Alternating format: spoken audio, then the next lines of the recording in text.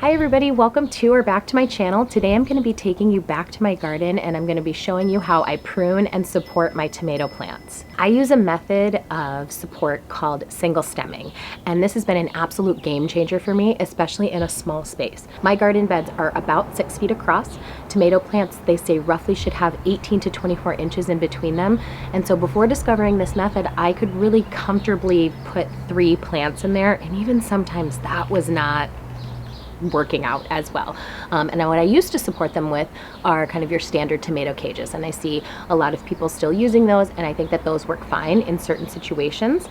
But once I discovered this method, I'm able to very comfortably get 4 plants in that 6-foot space, and I get a lot of wonderful healthy tomatoes. So if you have a small space or you love tomatoes like I do, this is going to be a really great method for you. So what you're going to need for this is you're going to need some kind of a pole or some kind of a stake.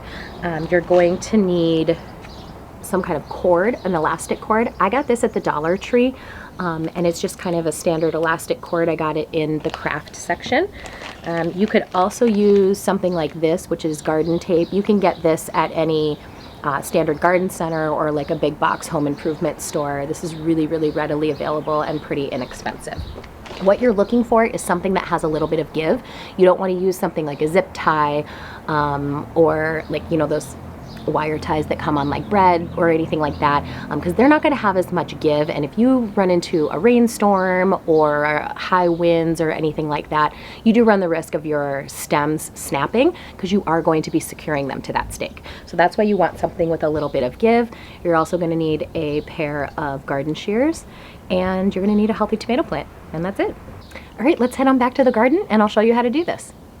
I'm back here where my tomatoes are, and as you can see, my tomatoes are against the back of the garden bed there, and I've got these 4 posts that go all the way up to the top of the garage.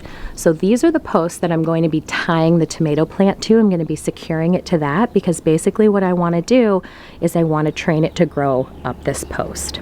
And so I'm going to take you down into a little bit closer so we can talk a little bit about kind of the parts of the tomato plant. Okay, so I'm back here in my garden, and what I've got is this is one of my tomato plants. And I've got, right here is the main stem, okay? And then coming off the stem, we've got leaves. These are sun leaves. These are going to be giving energy to your plant, okay?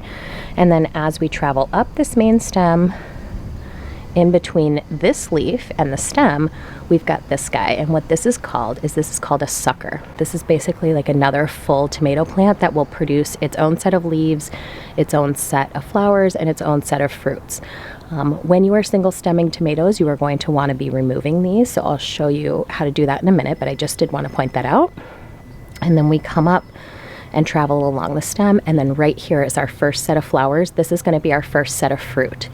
So in order to get started with this, what we're going to be doing is we're going to be removing everything below this first set of flowers so that we're left with just the stem. Okay, so I know what you're thinking right now because I get this question every single time I tell people about this method.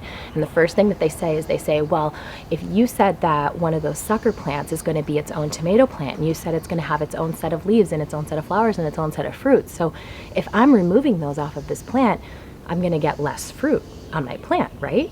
And the answer to that is yes, you will. You will get less fruit, but with this method of support and pruning, you're going to get bigger fruits on your plant, and they're going to be better tasting. And the reason they're going to be better tasting is because instead of your plant having to divide its energy through all of these different sucker plants and all of this different fruit, it's going to be focusing on the fruits that you are leaving on that plant.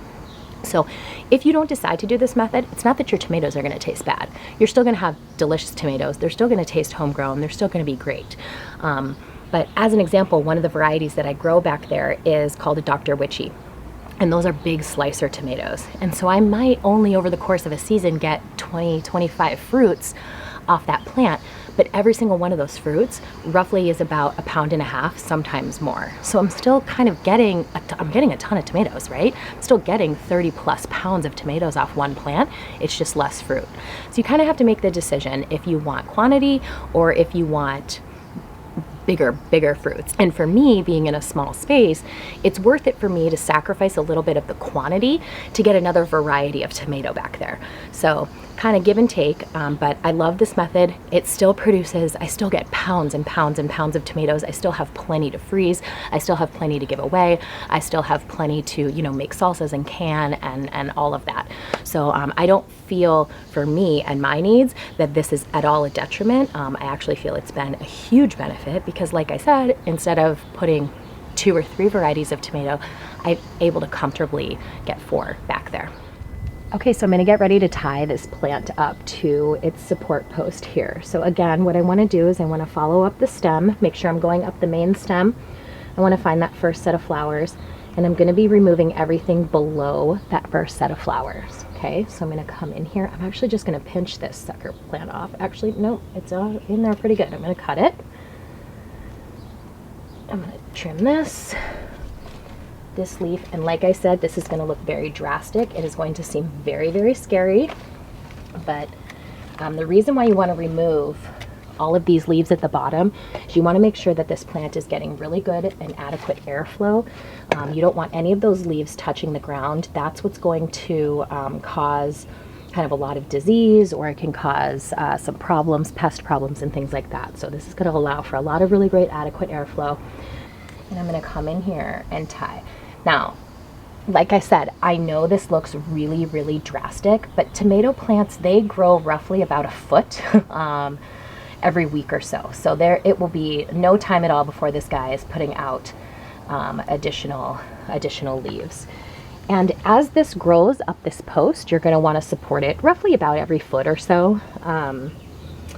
And I don't think I'm going to put one at the bottom there. I think this is probably pretty good. But as you can see, this still has a lot of give and it still has a lot of pull. So if there were to be a rainstorm or something like that, this wouldn't really snap. This would have a lot of room to move around and a lot of room to grow. So that's what we're doing. I'm going to pop them right there so that it doesn't get in the way of those fruits.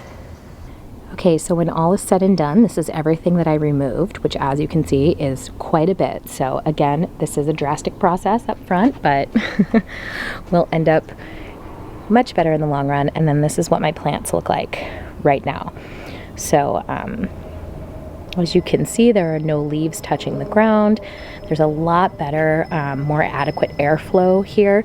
It's also giving my other plants more room to grow. I mean, the Thai basil here and the purple basil was pretty much all completely shaded by tomato leaves, so those will get a lot more sun as well. This is just going to be all around much better for the health of my plants. Okay, so we are back here by my tomato plants, and it's been about 3.5, maybe 4 weeks since I filmed the first part of this video. And as you can see, the tomato plants have just bounced back beautifully, and they are growing and looking really, really healthy. I'm going to take you in a little bit closer to kind of show you how I've been training them to grow up these poles and what it looks like when they're setting fruit. But yeah, this is the single stemming method of tomatoes. Okay, so here's the sun gold. So starting down at the base here, we're going to travel up. This is the stem. This right here was the first set of flowers that has turned into fruit. So that is why I took everything off down below. We have really good airflow going on in here. We continue to travel up. And as you can see, we've got this plant is setting just a ton of fruit. Going up, single stemming all the way to the top.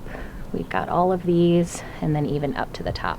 So once this gets towards the top of the garage, at that point, what I'll probably do is I'll probably top the plants and then let the suckers continue to grow. And I'll probably let them grow in a zigzag pattern, but it's a really, really great option for a small space. I love it. Well, thank you so much for watching. I hope you found this video helpful. Be sure to follow me on Instagram if you want to see the progress of this fruit. I'll be documenting it up over there, either in my stories or in some posts. And I will see you next time. Thanks a lot. Bye-bye.